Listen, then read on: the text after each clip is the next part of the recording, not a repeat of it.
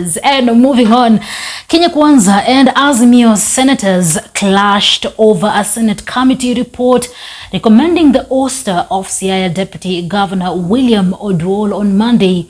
Senate ad hoc committee had upheld the impeachment of Siaya Senate Deputy Governor William Oduol. In the report tabled in the House on Monday, the 11-member panel found Oduol guilty of the two charges. He faced the charges of gross violation of the Constitution and other laws and gross misconduct and abuse of office. 2. Abuse of office and gross misconduct in respect of allegation 4, misleading the public by giving false information, have been substantiated. Kenya Kwanza and Azimio senators on Monday clashed over a Senate committee report recommending the ouster of Siaya Deputy Governor William Oduol. The Deputy Governor for Siaya, Mr. William Oduol, is being vilified for personifying the politics of for actually personifying people who want independence from the politics that Nyanza has been for the last 7 years.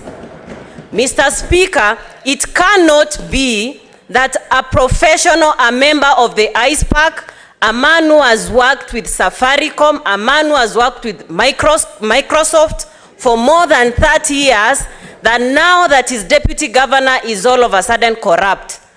Mr. William Oduol is not being in public service for the first time. He's neither being in leadership for the first time. So what we're actually seeing is an attempt to fix him. And governors should actually be aware that when you are elected with your deputy, you are actually like Siamese twins. The Kenya Kwanza team rejected the report, with opposition lawmakers endorsing it.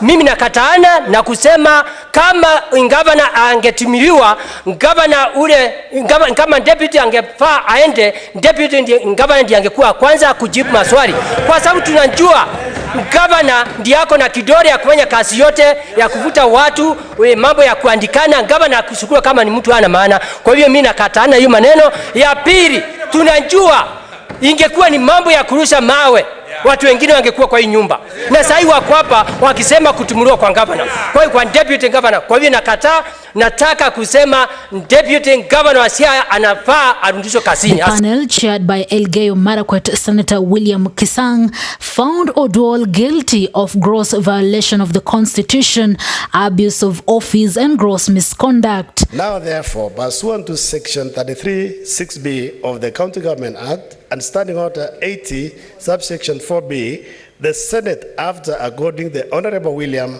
Oduol, the Deputy Governor of Siaya, an opportunity to be heard, resolves to impeach Honorable William Oduol, the Deputy Governor of Siaya County Government, on the following charges. 1. Charge 1 is gross violation of the Constitution and other laws in respect of interference with the procurement process through acts of bid rigging. 2. Charge 2, abuse of office and gross misconduct in respect of allegation 4, misleading the public by giving false information. Deputy Minority Leader Enoch Wambua, who was the first to take the floor, implored the House to improve the committee's report. Honorable Senators, you know the standing orders have not been suspended. This session is live and the standing orders remain in force. Kitui senators say the committee reports must have value and thus the House should adopt the report by the panel. But Mr. Speaker, if it is true that page 11 is telling us what transpired during the voting and when the actual outcome of the voting was not unanimous, then what else in this report is not accurate? Mr. Speaker, therefore, the chair should make a decision on whether we have an accurate report of a committee that can allow us to make a decision on a very important constitutional issue of helping the governor of Siaya to run his office and making sure that the deputy governor of Siaya enjoys his constitutional right. We cannot make that decision on reports that could be either opaque, inaccurate, or deliberately written so as to confuse debate, Mr. Speaker, sir. Nairobi Senator Edwin Sifuna thanked the committee for giving a devolution a chance to succeed in Siaya County. There is an admission by the Deputy Governor himself, and those of you who know the law, they know the weight of an admission of an accused person is heavy. If the Governor himself, at page 40 and 41 of the report, has admitted before the committee that he attempted to interfere with procurement processes, then really we shouldn't be debating it any further. We should take him at his own word. He has accepted to a crime, and he should face the consequences of his decision, Mr. Speaker. This committee are the ones who interacted with the evidence. They are the ones who interacted with the witnesses. They were able to tell certain things that we can't tell from this report, Mr. Speaker. For instance, you know, my senior here is a retired judge. You know that the court that takes the evidence, Mr. So you cannot just tell us, because you people in your coalition, you are used to giving false promises to Kenyans, you tell us that you can just retract. That is not the law. Nyamira Senator Okongo Omageni, who sat in the impeachment committee, said the MCAs proved beyond any reasonable doubt that Oduol interfered with procurement.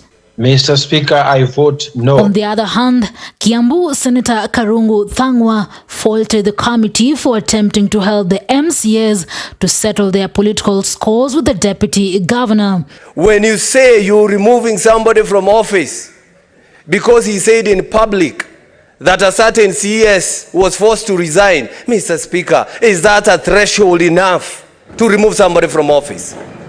How many times have we been lied to, Mr. Speaker, by leaders whom we respect from either side, Mr. Speaker? Mr. Speaker, on that issue of political process, I keep on asking, are we going to allow this house to be used to play politics of Siaya, Mr. Speaker? And that's why I oppose that report. This house has been sitting here discussing important motions, important issues, having the CSs coming here to discuss matters of national importance, but the minority move out or always go out of the house. They are now here, Mr. Speaker, just to kick out somebody because somebody said a certain county secretary was forced to resign. On his part, Nyandarua Senator John Methu said the House need to be cautious on matters of impeachment that inflict long-term consequences on a person. Now, honorable senators,